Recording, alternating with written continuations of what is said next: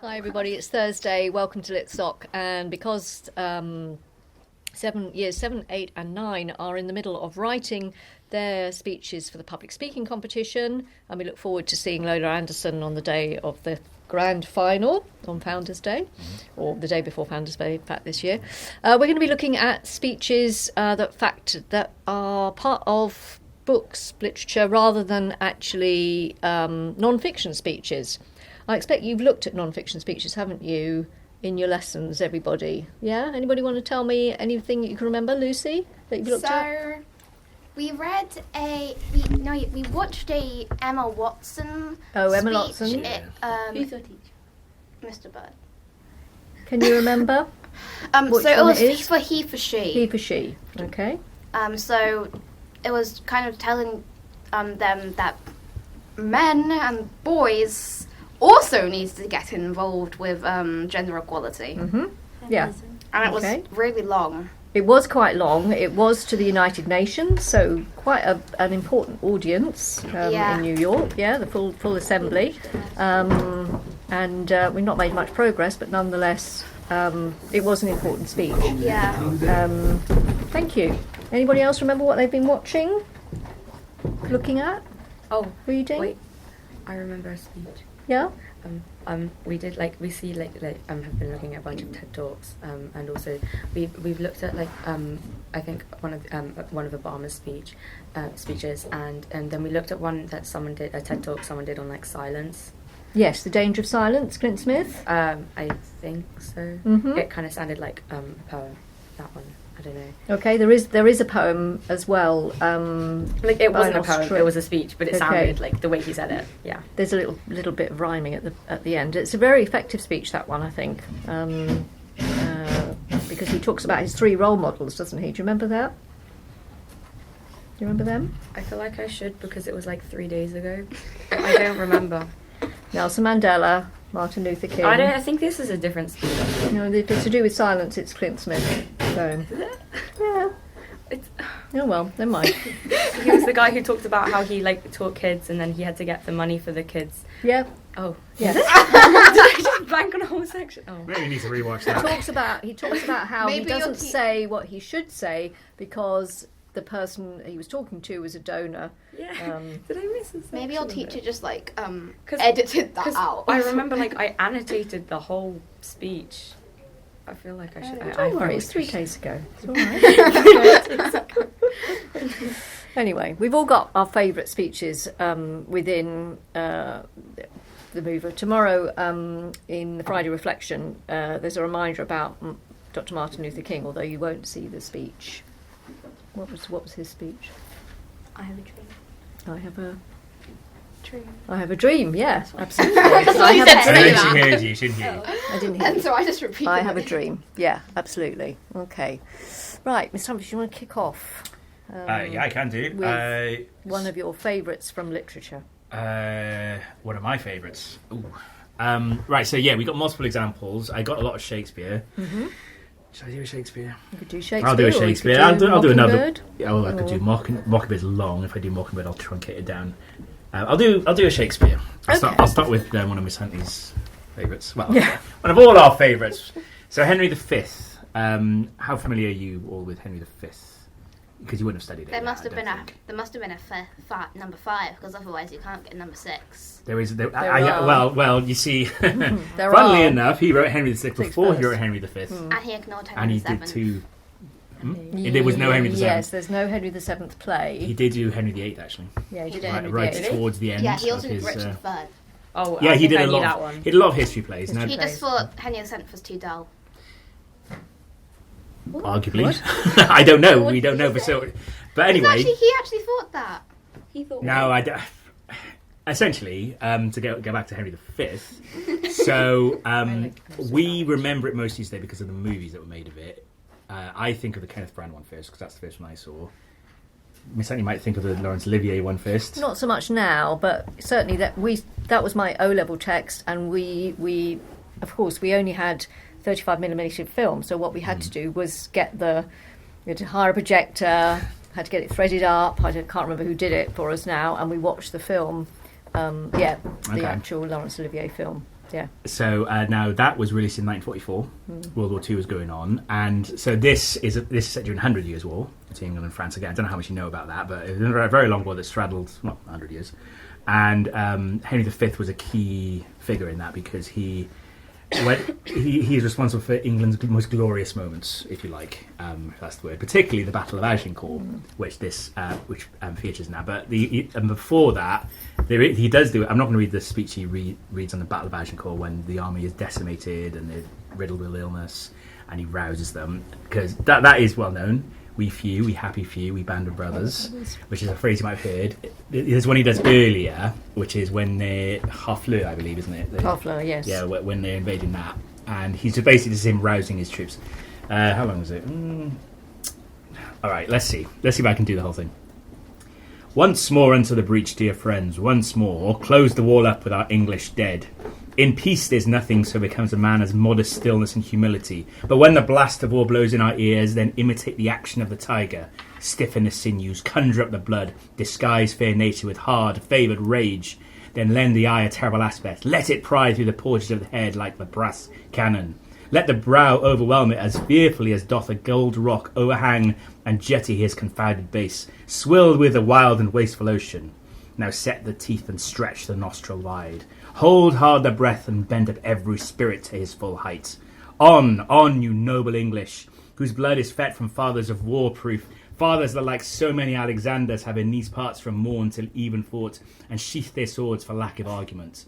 Dishonour not your mothers. Now attest that those whom you called fathers did beget you, be copy now to men of grosser blood, and teach them how to war. And you, good yeomen, whose limbs were made in England, show us here the mettle of your pasture.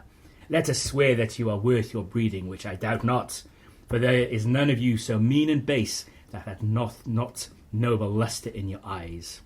I see you stand like greyhounds in the slips, straining upon the start. The game's afoot. Follow your spirit, and upon this charge cry, God for Harry, England, and St. George! Yep. And off they go to they fight. go. Yeah. So there you go. That's a classic example of the rousing battle speech. There's probably a few phrases in there. The games afoot being one that have resonated with us. But yeah, obviously, yeah. I just said it's a rising battle cry. But what's so good about it, of course, is he's appealing to a vast section of the army. He starts with the nobles, and then he goes on to what he calls those of grosser blood, and making sure putting a fire under their belly as well by saying you have got nobility in you too. You are fighting for England. So, classic example of getting people to be aroused. Yes. Head into war. One of the great battle speeches. Absolutely. And of course, in the Globe, or the Curtain, as it was originally played in, you only had about 9 actors on stage, and everybody. So it's appealing to the audience as well. Yeah. Or by necessity, whereas we mentioned the movies. Olivia and Branagh just having their cast of extras to go to. Yeah, so, God, it was cold when they were filming it. I remember it. Oh, really cold. Yeah. A bit like this winter. They were really suffering. Have you noticed it's warmer in here, by the way, folks? Yes, much better. Much better. Right. So yeah, there's Shakespeare. This is one of mine. So the beginning of Shakespeare. Right. Anybody like to... Annie, would you like to read the Wonder speech? I need to find it. We've got it I've for got it you. here. Got it here. Who's familiar with Wonder? Wait, can I stand up and see if I read any of those? Because I know I've read Wonder. Maria? It's mostly Annie? Shakespeare. I've read To Kill a You've got it. Mockingbird. To Kill a Mockingbird. I read it last year though, so I can't remember. You don't have the to. speech. You don't want to. Oh, it's It's literally the big first five. one 3 days ago. I know the plot of The Tempest because I remember Sit doing down. it in year 5. Wait. But I don't remember. Who's familiar with anything. Wonder? Me. Okay. I've read it, but I can't remember it. So if Annie doesn't want to read Surprise, it, surprise. you don't is the have speech to. towards the end. If anyone the knows- teacher, the graduation. Yeah. When Oggy and Co and then graduate. he gets like the medal thing. If anyone knows Yes. where the But speech in To before Kill a that, Mockingbird is, it's when I he's might speaking to the whole remember it. audience. Yeah. You know the bit I mean? Now it's quite a long speech, so I don't know. Wait, if can we'll I do read the it to whole see if I thing. remember it? Right, Annie, are you okay with doing it? Yes, good. Yes. It's like a long. What? Yeah, I'll tell you what. Let's have a closer look. What are you doing? It's like yours. Okay, let's cut it down a bit. Why- Because like this part's not Voice, as we're in speeches. Go on, persuade me. Well, you to could give it to could just Can I give please an overview. Have you read this, bud? No. Yeah, so you just gives an overview. Let me get down. Blah blah blah. Lucy, would you like another one? Maybe start from there. So just say what when you first learn, and then keep going. Wonder's actually such a nice book. It's about. Yeah, I think yeah. If you start from It's like about this boy who. yeah, start from when your reflections past you. Read to there, Wonder Boy. then perhaps skip He's ahead like, to. he has to go through like a lot of It's surgery. difficult because it won't make sense if you just skip ahead too Oh, much. because he's got like a cleft lip and like a cleft palate. Wait, are you talking about Wonder? Yeah. Yeah, and so he's got like this bit of his like. Sorry, just Yeah, you know what? Just read. remember- yeah, Just I remember, like, the obviously not reading the basic entire outline. thing. And Maybe so he's start really from when you useful reflect for this past that. you. Just tee it up by saying, And so, just yeah, reminding all everyone what it this is, and then. Don't know who gave It is a bit on the long side, but it is a good speech, so I think it's worth. Whenever I think of Wonder, I So remember should I give the a summary of what the same book colour is cover. about? Yeah, for the benefit of those at home, I think that's a good idea. Just a brief summary of what the story is. Because I haven't read it in a long time. So it's a book about this boy who kind of looks a bit more different, and it's about how he just tries to fit in more, and like about how he feels, and yeah. And so, what's going on? So we're towards the end of the book here. So before we read the speech, what's going on? So this is like the head. So he's talking. What's the occasion that the head's talking at? He's reading about his. I haven't read this in a It's the graduation ceremony. So. Yeah. So he's reading about the graduation and talking about everybody and experiences, and Yeah. So he's about to leave elementary school to go to high school. Oh, right, okay. Uh, so it's a rite of passage then. Yes. Yeah. And so this is the speech he gives to all of those who are about to leave. to yeah, and graduate. Tapley. So yeah. Do you want to read it from the bit we said? But the best way to measure how much you've grown isn't by inches or the number of laps you can now run around the track, or even your grade point average. Though those things are important, to be sure. It's what you've done with your time, how you've chosen to spend your days, and whom you have touched this year. That, to me, is the greatest measure of success. There's a wonderful line in a book by J.M. Barrie, and no, it's not Peter Pan, and I'm not going to ask you to clap if you believe in fairies. Here everyone laughed again. But in another book by G.M. Barrie, called The Little White Bird, he writes, he started flipping through a small book on the podium, and he found the page he was looking for, and then he put on his reading glasses. Shall we make a new rule of life? Always to try to be a little kinder than unnecessary? Should I continue? Yeah, keep going. Just keep going. Here, Mr. Tishman looked up at the audience. Kinder than is necessary, he repeated. What a marvellous line, isn't it? Kinder than is necessary. Because it's not enough to be kind. One should be kinder than needed. Why I love that line, that concept, is that it reminds me that we carry with us, as human beings, not just the capacity to be kind, but the very choice of kindness. And what does that mean? How is it to be measured? You can't use a yardstick. It's like I was saying just before, it's not like measuring how much you've grown in a year. It's not exactly quantifiable, is it? How do we know we've been kind? What is being kind anyway? Just read the whole thing. Keep going. Okay. He put on his reading glasses again and started flipping through another small book. There's another passage in a different book I'd like to share with you, he said. If you'll bear with me when I find it. Here we go. In Under the Eye of the Clock by Christopher Nolan. The main character is a young man who is facing some extraordinary challenges. There's like one part where someone helps him, a kind of man whose name is Joseph. It's, well, if you'll permit me. He cleared his throat and read from the book. It was at moments as these that Joseph recognized the face of God in human form. It glimmered in their kindness to him. It glowed in their nearness. It hinted in their caring. Indeed, it caressed their gaze. He paused and took out his reading glasses again.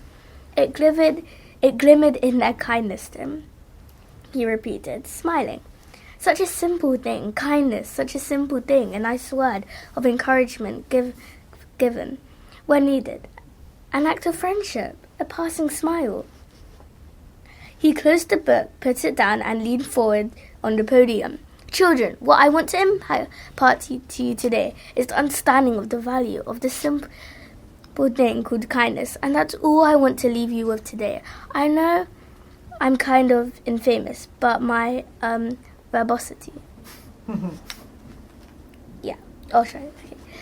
Yeah, everyone laughed again. I guess he knew he was known for his long speeches. But what I want you, my students, to take away from your middle school experience, he continued, is the sure knowledge that in the future you make for yourselves, anything is possible.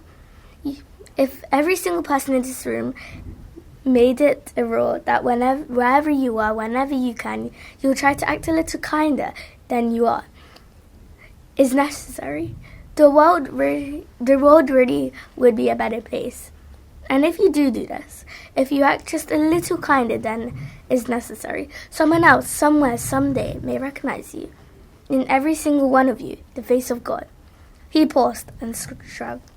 Or whatever politically correct spiritual representation of universe God you happen to believe in, he added quickly, smiling, which got a laugh and a load of applause, especially from the back of the auditorium, where the parents were sitting. There you go. That's great. Thank you.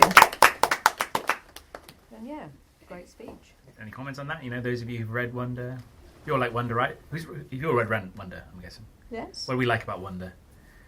Because it's very popular. It's very well liked. Surprisingly enough, I can't remember much of it. But I do remember that it was good, and I remember that it was sad, especially.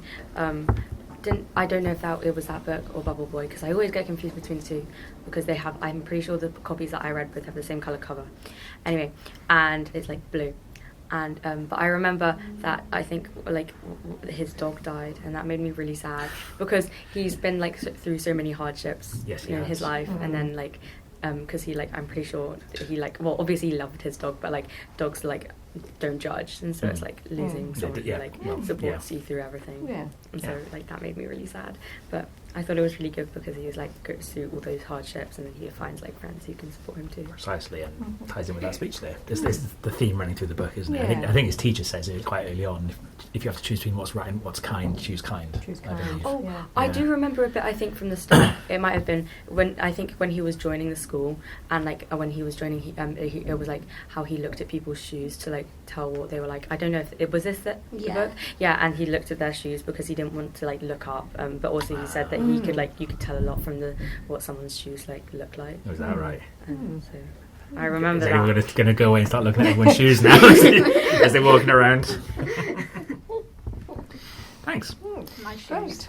Okay, who would like to go next? Who's got a speech they like to? Who's got a speech now? Alyssa, you got a book in your hand, or Lucy got one? Yeah, about yours, yeah. So I've kept mine on theme with my A-levels. I've gone with one from Twelfth Night. It is from Act 2, Scene 5, I think. And basically the context is the character Malvolio. He's basically been tricked by some of the other characters. He's been given this fake letter, basically saying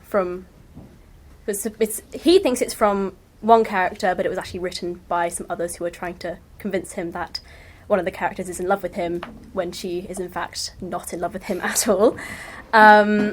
So yeah, it's quite a long one. That's okay. That's all right. Okay. If this fall into thy hand, revolve. In my stars I am above thee, but be not afraid of greatness. Some are born great, some achieve greatness, and some have greatness thrust upon them. Thy fates open their hands. Let thy blood and spirit embrace them, and, to inure thyself to what thou art like to be, cast thy humble slough and appear fresh. Be opposite with a kinsman, surly with servants. Let thy tongue tang arguments of state. Put thyself into the trick of singularity. She thus advises thee that sighs for thee. Remember who commended thy yellow stockings and wished to see thee ever cross-gartered. I say, remember. Go to, thou art made, if thou desirest to be so. If not, let me see thee a steward still, the fellow of servants, and not worthy to touch fortune's fingers. Farewell. She that would alter services with thee, the fortunate unhappy. Daylight and campaign discovers not more. This is open. I will be proud. I will read politic authors. I will baffle Sir Toby. I will wash off gross acquaintance. I will be point, devise the very man. I do not now fool myself to let imagination jade me, for every reason excites to this, that my lady loves me. She did commend my yellow stockings of late. She did praise my leg being cross-gartered, and in this she manifests herself to my love, and with a kind of injunction drives me to these habits of her liking. I thank my stars I am happy. I will be strange, stout, in yellow stockings and cross-gartered, even with the swiftness of putting on. Jove and my stars be praised. Here is yet a postscript. Thou canst not choose, but know who I am. If thou entertainst my love, let it appear in thy smiling. Thy smiles become thee well. Therefore, in my presence still, smile, my dear, my sweet, I prithee. Jove, I thank thee. I will smile. I will do everything that thou wilt have me. So just the complete opposite, doesn't he? What Yeah. he's doing as before. Yeah. Yeah. Poor thing. Yeah. It's very sad, isn't it? Really. Yeah. So, yeah. Have you seen it yet? Have you seen a? We've watched the Globe 2012 production. So that was Stephen Stephen Fry. Fry. Yeah. Yeah. Yeah. Yeah. It was very funny. Wasn't it? Yeah. Yeah. It's a really good production, I think. It 'Cause is. it was at the Globe. And it's nice. It's nice that you can now kind of watch them all back. Mm. And it's good when you're analysing a play, or in general reading a play, to be able to watch it to see what it could have looked like. Because in the Globe production, for example, with a lot of the Globe productions of Shakespeare, they will use the classic, all male cast, even for the female characters, to kind of stay true to the way it would have been done in Shakespeare's time and how he would have intended it to have been. The last time I saw it, it was a midnight matinee, and what they did was they did it as if in Shakespeare's time. So they only had a read through in the afternoon. Everybody just had their own pages. Nobody had a full script, even though, of course, an awful lot of actors would know it anyway.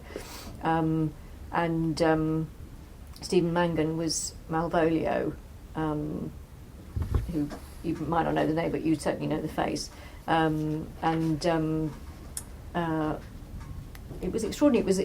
It was much more sort of dangerous than everybody knowing the script really well, coming out at something like it was 11:45 by the time we all emerged. It was really special. Beste was much darker than normal, actually. Yeah. Whereas Stephen Mangan's Malvolio was much sadder in some ways as well. Yeah, it's good. Thank you. Yeah. All right. Thank you, Lucy. Thank you very much. Okay, anybody else? Want to do the Mockingbird now? Yeah? Well, I remember the vague outline, and I remember sort of when this speech is happening, but Did you look to see where the bookmark is? I did look to see where So the you know, bookmark so you is. know what the. But I'm really bad at reading out speeches. Really, really bad. Can I just say what the speech is about? Yeah. Okay. Yeah. Come on, have a Okay. And maybe read just a little bit. Just a little bit. Maybe someone else can read a little bit of it.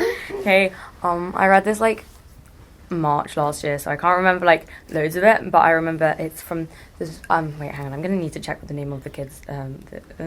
Oh yeah, Scout. Wait, is that Scout. the Scout's the main character. Scout Jennifer is the main Brother. character. So basically, it's from the perspective of Scout, the daughter of a lawyer in a small town in the 1920s. I think that's when it was.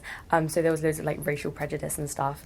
And basically, their father is the lawyer for a black man who's been accused of the rape of a white woman. And he's spends the whole time trying to persuade the court that The name of the lawyer is Atticus Finch. Atticus Finch? Yeah. Yeah. And so it spends the whole time of going through the journey of trying to convince people to drop the prejudices, and as well as his own children, because I can't remember the name of the person, but there was a house on their road with someone inside who I think they was Boo something. Yes, Boo Radley. And they thought that he was kind of evil and killed his Malevolent family. Phantom. And they were like really scared of his house, and like sometimes they would like break into his like garden and stuff as like for dares for each other. But then like you find out as you go through the book that actually the person was really nice. And like one time I think there's like a fire or something, and then he helps them when they run outside and stuff. And so he's actually a really nice person, and he ends up like helping them, and like show like kind of through that it shows that like prejudice is really like incorrect. And the speech that's bookmarked is in the court in the court where like Atticus Finch is trying to like appeal for how White Man's Tom Robinson, not guilty. Tom Robinson, yeah. I've forgotten all the names. That's right. For why Tom Robinson's not guilty. Yeah. So that's it. Yeah. Do you want to read? No, not really. Not really. Okay, yeah. Anyone else? Anyone else want to go? Speech. No one else familiar with the story of? Well, yeah. I mean, you've given a good summary. Yeah, I'll read it. I'm not going to read the whole thing. I'll just read a little tiny bit. I tell you what, I'll read the beginning and the end. So he begins with, "Gentlemen, I shall be brief, but I would like to use my remaining time with you to remind you that this case is not a difficult one. It requires no minute sifting of complicated facts, but it does require you to be sure beyond all reasonable doubt as to the guilt of the defendant. To begin with, this case should never have come to trial. This case is simple as black and white. The state has not produced one iota of medical evidence to the effect that the crime Tom Robinson is charged with ever took place. It has relied instead upon a testimony of two witnesses whose evidence has not only been called into serious question on cross-examination," we didn't go into that, but yeah, that's basically spot on, "but has been flatly contradicted by the defendant. The defendant is not guilty, but somebody in this courtroom is." So I'll fast forward to... "There is one way in this country in which all men are created equal. There is one human institution that makes us a pauper the equal of a Rockefeller, the stupid man the equal of an Einstein, and the ignorant man equal of any college president. That institution, gentlemen, is a court. It can be the Supreme Court of the United States, or the humblest JP court in the land, or this honourable court which you serve. Our courts have their faults, as does any human institution, but in this country our courts are the great levellers, and in our courts all men are created equal. I am no idealist to believe firmly in the integrity of our courts and in the jury system. That is no ideal to me, it is a living, working reality. Gentlemen, a court is no better than each man of you sitting before me on this jury. A court is only as sound as its jury, and a jury is only as sound as the men who make it up. I am confident that you gentlemen will review without passion the evidence you have heard, come to a decision, and restore this defendant to his family. In the name of God, do your duty." Now, obviously, I only read the beginning and end. There's a lot more powerful stuff in the middle, but yeah. I'm not going to say what the outcome was, for those of you who don't know, but this is a very important book. Just like this is an important book. This is also a very important book. If you haven't read it, it really is. I think it's a book everyone should read. Our police father was a lawyer, so yes. she was familiar with the courtroom, and she essentially is Gem to some extent, isn't she? Yes. Yeah. Well worth reading. For similar reasons as the reason I compared it to this is because you think the message of that one. Yeah. Yeah, you were talking about prejudice a lot. Yeah. Yeah. It is. I think Miss. What's her surname? Caroline. Miss Lee. Emma. No, Caroline. Oh, Mrs. Stratford. Mrs. Stratford. I forgot her surname. Yeah, Mrs. Stratford came in and did a really good talk on it. And I remember one of the first things she said was, if more people read this book, the world would be a better place. So, you know. Yeah. So it's the making of a lot of people reading this book, I think. It's a rite of passage in itself to read it. So yeah, it's that important. Yeah. Anyway, I'll get off my soapbox now. Yeah, absolutely. Right. Anybody else? Got anything? No? All right, I will... our next choice is Jane Eyre. Okay. All right, Jane Eyre, one of the seminal texts of the 19th century. Certainly very controversial when it came out. Jane being involved with somebody who turns out to be not what he thought he was. I won't have any plot spoilers. She has come as a governess to a place called Thornfield, which is actually set in Yorkshire, which is where the Bronte sisters lived. Thornfield is a very mysterious house, and its master, Mr. Rochester, has a young ward who is possibly his child, but possibly not. They're not quite sure. And Jane, because she's an orphan, she's very feisty. She's had quite a difficult life up to now. She's a very particular character, and she doesn't. She wants to be treated as an equal. And what happens in this, just before this, is that Mr. Rochester is telling her that he's found her another job because he is trying to say to her that he's going to marry this particularly beautiful young woman. It's all a big lie. As after this is revealed, he's testing her resolve. He's testing her love for him. It's high Gothic. It's high romance, and Jane is saying, "I can't stay. I've got to go." And he's saying, "I don't quite understand why." "So, I tell you I must go," I retorted, roused to something like passion. "Do you think I can stay to become nothing to you? Do you think I am an automaton, a machine without feelings, and can bear to have my morsel of bread snatched from my lips and my drop of living water dashed from my cup? Do you think," now this is the really very famous list, "I am poor, obscure, plain and little. I am soulless and heartless. You think wrong. I have as much soul as you and as full as much heart. And if God had gifted me with some beauty and much wealth, I should have made it as hard for you to leave me as it is now for me to leave you. I am not talking to you now through the medium of custom, conventionalities, or even of mortal flesh. It is my spirit that addresses your spirit, just as if both had passed through the grave and we stood at God's feet, equal as we are."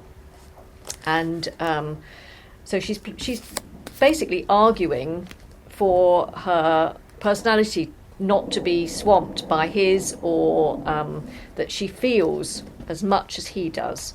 As I said, this at the time was quite controversial, that women would actually have passionate feelings like this. The Brontes were very passionate.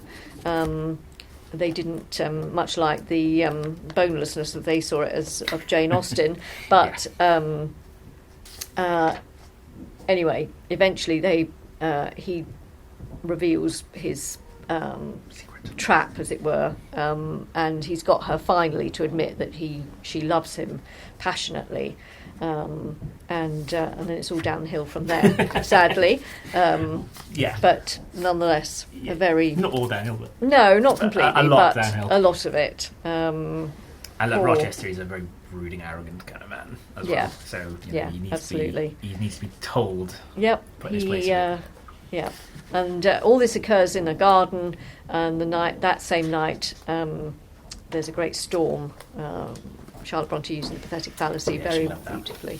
Yeah, absolutely. So, as is Emily Bronte, of course. Yes, well worth reading this first-person autobiographical novel. Yeah. Yeah, it's a great book. Yeah, it really is. Yeah, absolutely. As are all the ones you've put on here. Okay. Anybody got anything else?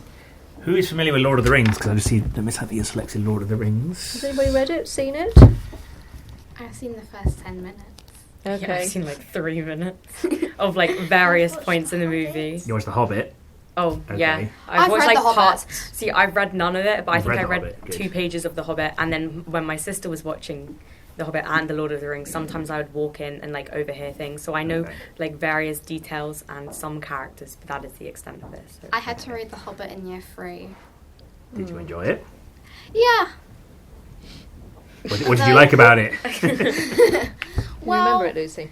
I do. I've read it more recently, last year. Mm-hmm. I definitely did notice that the absence of any female characters. In The Hobbit? Yeah, there was only one female, and that they were... Yes. At the very beginning, I think it was a relative of... Oh, there's Selena. There's, Yeah. This is, yes. there are very few in The Hobbit. Are very Yeah. few. Not yeah. many more in Lord of the Rings. Not many more in Lord of the Rings, which is why Few more. the movie is slightly better for that. Yes. Yes. There are. I mean, there's Eowyn. She's Yeah, very strong. she has. Yeah, she has a moment in Yeah, Return of the absolutely. King. I think if Tolkien was writing it now, it'd be very, very different text. Yeah. Especially since we know a lot more now about Anglo-Saxon culture, and a lot of it was based on Anglo-Saxon culture that he had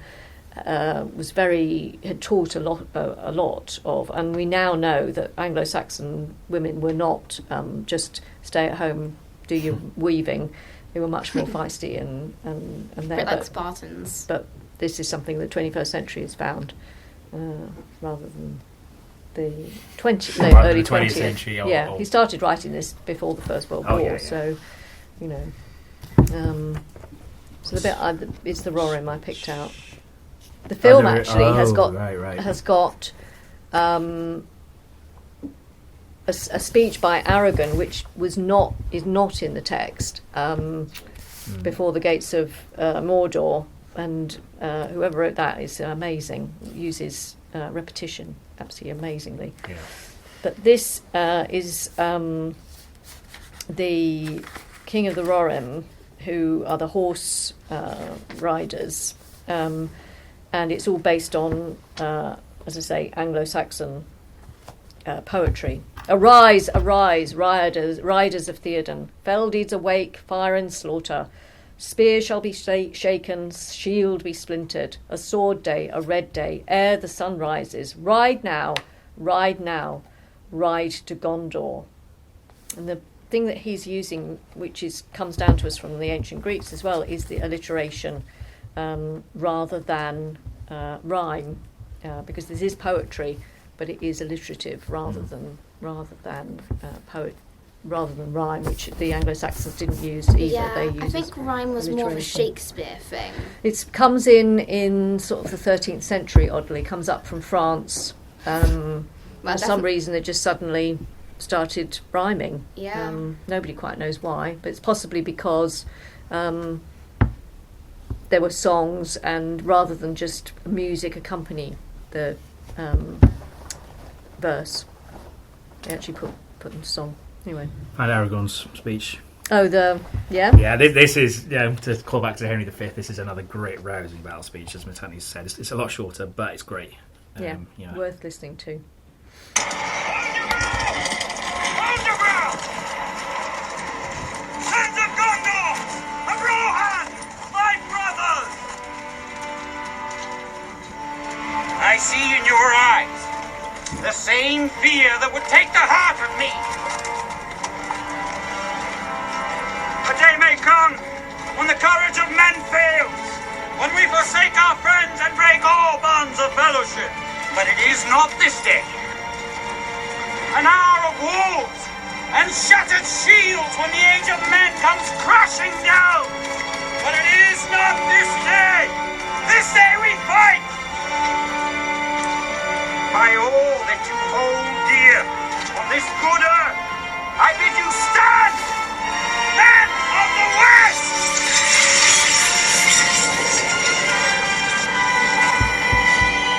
There you go. I think there's the longer version. He repeats. Is there a longer version? Yeah, on the On the extended the edition. extended edition. Oh, I didn't realise it He was a longer repeats, edition. not on this day. I think Okay. we will But do it this is in not it, but this not on this day. day. But not on this day. Yeah. Like a chorus. Yeah, it's really good. Mm. So Worthy of Tolkien, because Tolkien. it is worthy of Tolkien would have definitely. been, Yeah, absolutely would have to have Yeah, written something absolutely. like that. So, Yeah. Shall we finish off with the Christmas Carol? if you like, Yeah. we could do that and the Tempest. Have we got the mug? We've got the mug. So I think. if I do a Christmas Carol, you can do the Tempest, maybe. Yes. Because Here is our Tempest I mug. mean, the Christmas Carol. It's quite a. I was asking if is this actually a speech, and she said yes, it is.